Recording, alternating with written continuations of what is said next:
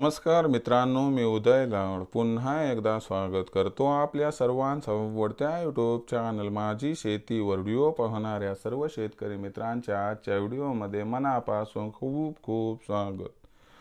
मित्रांनो, थंबनेल बघितलं, टायटल वाचलं हो मित्रांनो, सामान्य कास्तकार बांधवांसाठी सध्याच्या कंडिशनची सर्वात महत्त्वाची अपडेट की आता जानेवारी महिन्यात देशांतर्गत बाजारामध्ये असे राहणार. या ठिकाणी तुरीचे बाजारभाव सध्याच्या कंडिशनची ही सर्वात महत्त्वाची अपडेट की आता जानेवारी महिन्यात देशांतर्गत बाजारामध्ये असे राहणार. या ठिकाणी तुरीचे बाजारभाव पण जानेवारी महिन्यात आता देशांतर्गत बाजारामध्ये कसे राहणार तुरीचे बाजारभाव, हा सवाल तुमच्या मनातला, हा सवाल माझ्या मनातला आणि आज भारत वर्षातील सामान्य कास्तकार बांधव या ठिकाणी विचारायला लागलाय की जानेवारी महिन्यात आता देशांतर्गत बाजारामध्ये कसे राहणार तुरीचे बाजारभाव.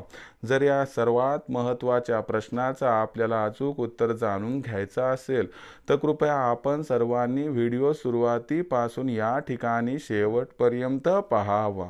व्हिडिओ शेवटपर्यंत पाहत असताना आपल्या सर्वांना व्हिडिओ मनापासून आवडला तर जरूर व्हिडिओला लाईक करा. जास्तीत जास्त कास्तकार बांधवांपर्यंत व्हिडिओ पाठवण्यासाठी व्हिडिओला या ठिकाणी शेअर करा.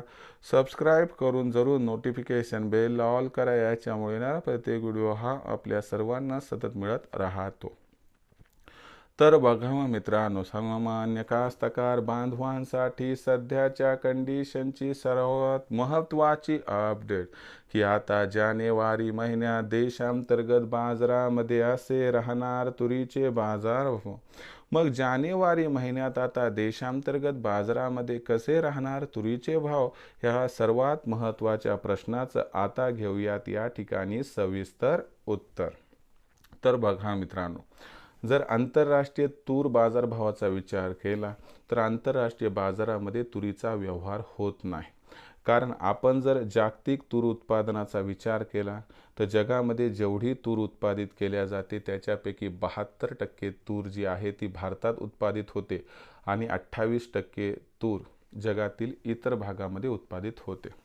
जर आपण विचार केला तर जगात जेवढी तूर उत्पादित होते त्याच्या 86% तूर हा भारत या ठिकाणी वापरत असतो. म्हणजे भारताला स्वतःची तूर सोडून 14% तूर आणखीन आयात करावी लागते. भारताचा तुरीचा दरवर्षीचा वापर हा 46 ते 47 लाख टनांच्या आसपास आहे आणि यंदाच्या वर्षी भारतातील तूर उत्पादन हे जवळपास 35 लाख टनांच्या आसपास स्थिरावणार आहे.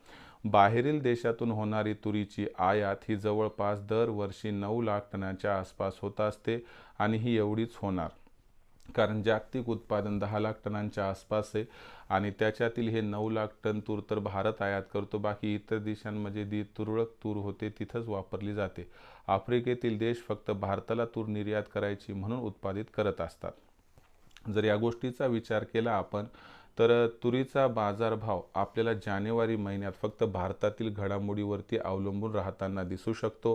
जर या गोष्टीचा विचार केला तर यंदाच्या वर्षी आपण उत्पादन पकडलं 35 लाख टन, आयात पकडली 9 लाख टन तर 44 लाख टन कॅल्क्युलेशन होते. 3 लाख टनांचा गॅप आहे. गेल्या वर्षीचा शिल्लक साठा 0%. याचा अर्थ आपल्याला भविष्यात तुरीचे बाजारभाव वाढताना दिसतील. परंतु जानेवारी फेब्रुवारी महिन्यात जेव्हा अवकेचा दबाव असतो तेव्हा तुरीचा बाजारभाव यावर्षी आपल्याला थोडासा गेल्या वर्षीपेक्षा दबावात दिसेल आणि तुरीचा बाजारभाव हा जानेवारी महिन्यामध्ये आपल्याला 8,000च्या आसपास दिसू शकतो. कधी तो त्या ठिकाणी जो हमीभावाचा टप्पा आहे 7,500चा त्यालाही ओलांडून खाली येऊ शकतो, पण इथं भाव टिकणार नाही. यामुळे लक्षात घ्या की तुरीचा बाजारभाव जानेवारी फेब्रुवारी महिन्यात आपल्याला 8,000च्या आसपास दिसेल. परंतु तुरीचं भविष्य हे उज्ज्वल आहे कारण मागणी पुरवठ्यात तफावत आहे.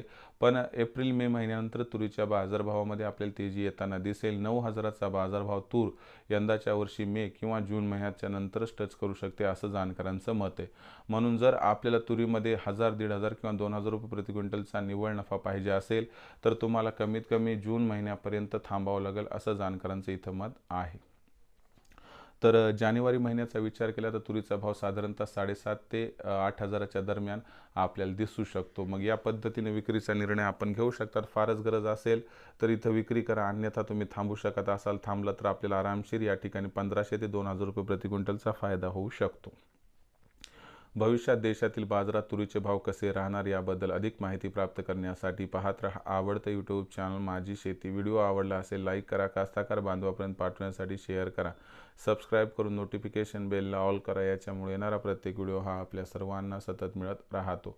तर मित्रांनो, अशाच एका नवीन व्हिडिओसह मी आपला मित्र उदय लाड आपल्या सर्वांच्या आवडत्या यूट्यूब चॅनल माझी शेतीवर मिळत राहील. तोपर्यंत माझ्या प्रत्येक शेतकरी मित्राचे आणि कास्ताकार बांधवाच्या आजच्या व्हिडिओमध्ये मनापासून खूप खूप आभार.